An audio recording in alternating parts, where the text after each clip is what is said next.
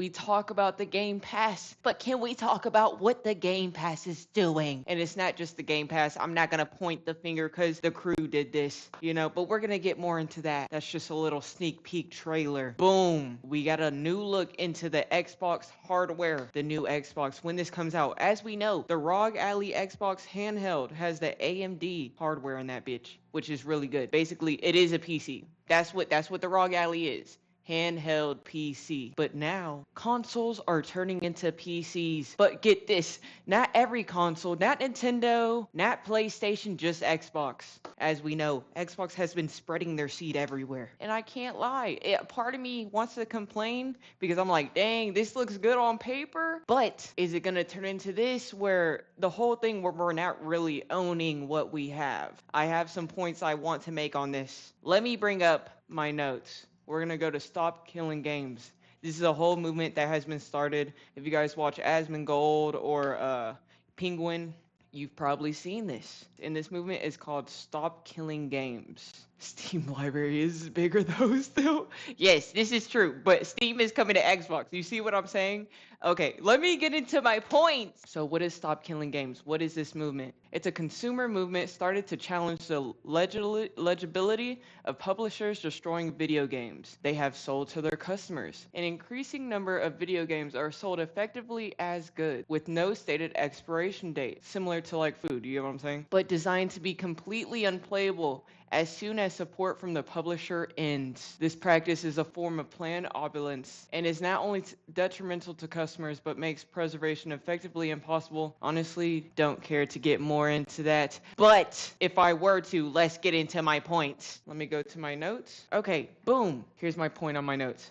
Games are not permanently downloaded, meaning the Game Pass is great because it gives us access to all those games that we never had. But I kind of like to think of it of like a beta. You know what I'm saying? Because someone said, yeah, it was on Game Pass, but then it got taken off and now I don't have it. So I'm like, okay, Game Pass can be looked at as a thing where it has all these games, you play it, you like it, you buy it, then you own it. But if you just have the Game Pass and you're not actually purchasing the game after you enjoy it and it leaves the Game Pass, then it's gone. That's also the thing. Technically, it's not like gone because you can just get it from like the Xbox store. Then it's gone. What do you guys think about that? Do you guys think this is kind of part of the problem or no? Boom. Second point. People are trying to say companies are not making money off their games. Okay, Microsoft tailors, because I'm not sure if it's like, say if someone wanted to buy all my hoodies, like a store did, they wanted to sell my hoodies in there. They would buy like a set inventory and then like I wouldn't have to worry about sales because they just bought me out outright. They have to depend on them actually selling my product in their store. I'm not sure if it's like that, You said everything is the problem. It says Microsoft tailors its agreements with developers based on their specific needs. This can range from upfront payments, there we go, for including a game and Game Pass at launch to covering the full production cost of a game. I'm not gonna lie, that sounds like a pretty good deal. Oh my god. I mean, for the developers, but that's if they want something like that. Again, Rainbow Six Siege, Minecraft, Black Ops 6 is already on the Game Pass. Many more Call of Duties will be on the Game Pass. A lot of things, there's a whole ass library that I think people just don't know about. For real. Risk mitigation. By partnering with Game Pass, developers can mitigate financial risk associated with game development. For instance, smaller developers may negotiate a deal that guarantees a certain amount of revenue upon launch, providing them a safety net. I see what they're saying. This does make sense because they're basically saying maybe if like a smaller developer has their game, they're not as confident that the launch will go great. They're not as confident that enough people will see their game in the store. So they say, hey, like I'll allow you to put this on the Game Pass. If I get X amount of money, boom. It doesn't matter how the game does. They already got their money up front. So technically that is a W. That is a W. How does it feel to be one with the bacon this morning? I will say it feels great, boys. Feels great. Soon you guys will have this on. I'm really thinking about releasing this next instead of the Ghost hoodie. Anyways, revenue opportunities. Developers can still earn revenue from retail sales of their games on other platforms such as PlayStation, Steam, and Nintendo Switch, even if their game is available on Game Pass. This dual revenue system can be beneficial for developers.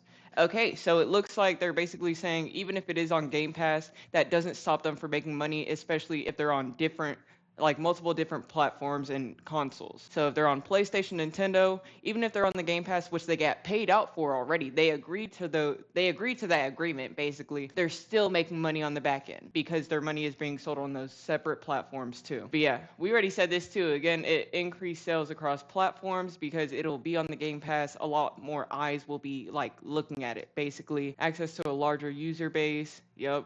Exactly. All right, boom. I can't lie. I'm on a roll with this shit. Let me go back to my notes because that has such great points. Boom. Well, this really had more to do with the stop killing games. I was gonna go into pirating because with the stop killing games, with the crew, the racing game, and where they're talking about the expiration date on games, basically that was going to be my concern with games being taken off Game Pass, but at the same time buy the game if you really want to own it, because like you don't own all the games on Game Pass. Once you get rid of Game Pass, those games are gone. You get what I'm saying?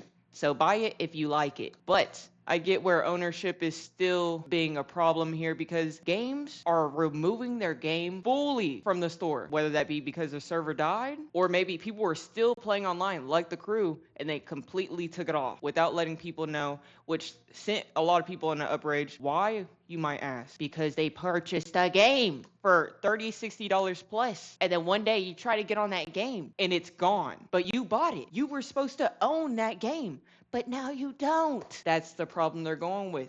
This is where the stop killing games is coming from, and this is why we're seeing a rise of pirating. It says, gotta love when a 90% single player game server gets shut down by developers and ruin the game for people that. Exactly. So this isn't only happening for online games, it's also happening for single player games, and there's no warning being put out before. Even if there is, you didn't say before people bought the game or had a little policy thing in the game that said at this date this game will be removed. Again, there should be disclaimers. I think there's going to be a lot more trials and things going through court, things being passed. You know what I'm saying? New rules need to be made.